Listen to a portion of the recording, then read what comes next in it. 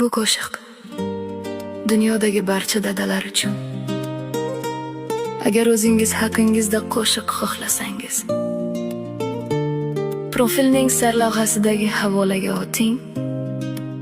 Dadalaringizni asrang oz.